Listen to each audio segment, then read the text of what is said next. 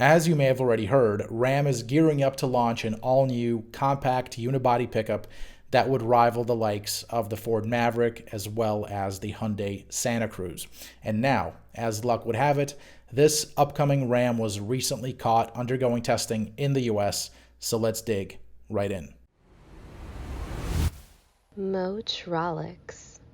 Now, before I get to the spy shots, I'd like to first set the stage for what we're going to talk about, but not before asking you to like and subscribe to the channel. Doing that really helps us in creating more videos like this one.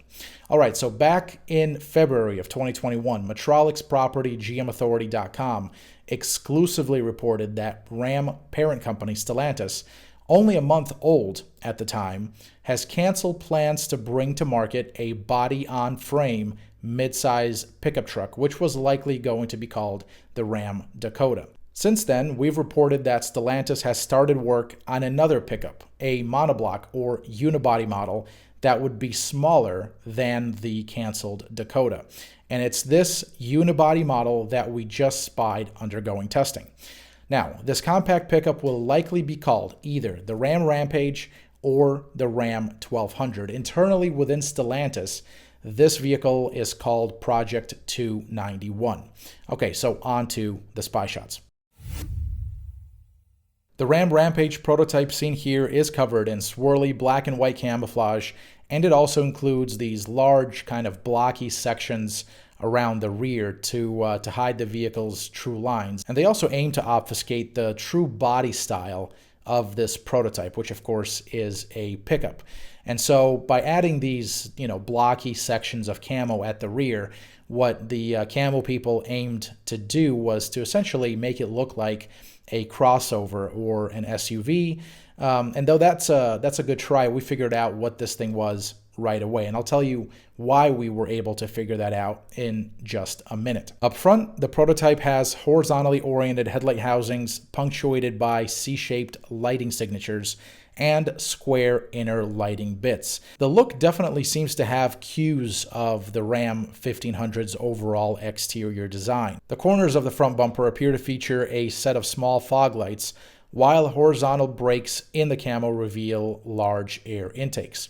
The side view reveals a four-door body, while the wheels are obscured by further black and white camouflage, although cuts in the wheel camo appear to show a black multi-spoke design. Okay, so remember how I said that we could tell that this is a pickup and not an SUV or a crossover, and we were able to tell that pretty easily? Well, it's because of the roof-mounted antenna fin, more specifically the placement of that roof-mounted antenna. You see, the placement of the antenna is one of the telltale signs that the quote-unquote sheet metal that appears after the fin is fake. There's simply no reason to place a fin in the middle of the roof instead of at the end of the vehicle. If this were an SUV or crossover, then it would have the fin at the very end. And if this were a crossover or an SUV, then that fin would be much further back. But since the end of this prototype has a bed,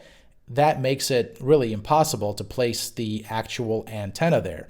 And so that's why we see the fin placed roughly in the middle of the vehicle instead of at the end. Now, ironically, Ford used a similar type of disguise for the Maverick when it first began testing it on public roads, though I must say that Ford's execution of the fake body was certainly better than what we see here with this Ram Rampage prototype. What Ford did is it tried to make the Maverick prototype look like an SUV or a crossover as well. So not only did Ford do a better job at integrating the camouflage on the Maverick, but it also gave the integrated prototypes two antennas on the roof, one at the end of the cab where the real one would end up being placed, and then the second one, if you can look at it here, the second one is at the end of the fake roof. And Ford did this, of course, to throw us off the scent, that we figured out what was going on with that just as well as we did here. Interestingly, we later learned how Ford executed this really intricate camouflage job. Essentially, it built a fake structure within the bed to support the fake body, and you can see that in the photos here. Okay, back to the Rampage prototype. When we look at it from the rear, we see a dual exhaust treatment via a set of rounded pipes under the rear bumper. And there's also a set of vertical taillights that are peeking out from the black and white wrap. On that note, Ram parent company Stellantis recently released a series of teaser images for the new Ram Rampage. Of course, it didn't name the teasers as being for the Ram Rampage, but we can still put two and two together. And the teasers, they show a set of vertically oriented taillights, a fairly sculpted hood, and a hood-mounted badge that reads Ram, followed by the word turbo in red. What we see in these spy shots really does appear to correspond to what we see in the teasers. As for the platform, the Ram Rampage, or the Ram 1200, whatever it will end up being called, it will ride on a variant of the Small Common Components and Systems Platform, or SCCS, otherwise known as the Small Platform or 199 platform. More specifically, the architecture will likely be the small wide variant of the SCCS platform, which is currently used by such models as the Jeep Compass, the Jeep Renegade, the Fiat 500X, the Alfa Romeo Tonale, the Dodge Hornet, along with a few other models from FCA and from Stellantis. All right, so now let's ask the million-dollar question. Is this thing actually going to come to the US? Well, we don't know yet. It's currently unclear, but there are a few things that we do know and a few things that we can kind of speculate about that will allow us to really kind of unpack this question. First and foremost, the fact that this prototype was spotted testing in the United States does not mean that it is coming to North America. Stellantis is a global company. It develops products all over the world. So I know I just said it, but at the expense of sounding repetitive, I'm going to say it again. The fact that this prototype is testing or was caught testing in Michigan does not confirm, does not indicate that it will be made available for sale stateside. Now, what we do know for sure is that this model, whether it be called the Ram Rampage or the Ram 1200, it will be made available in South America. From there, the engineering team has recently indicated that it was, quote, developed in partnership with the United States, end quote. Personally, I think that Stellantis would be absolutely nuts, just totally crazy, to not bring this vehicle to North America, and here's why. The Ford Maverick, and to a lesser extent, the Hyundai Santa Cruz, these two vehicles have become overnight successes, and they've become overnight runaway successes.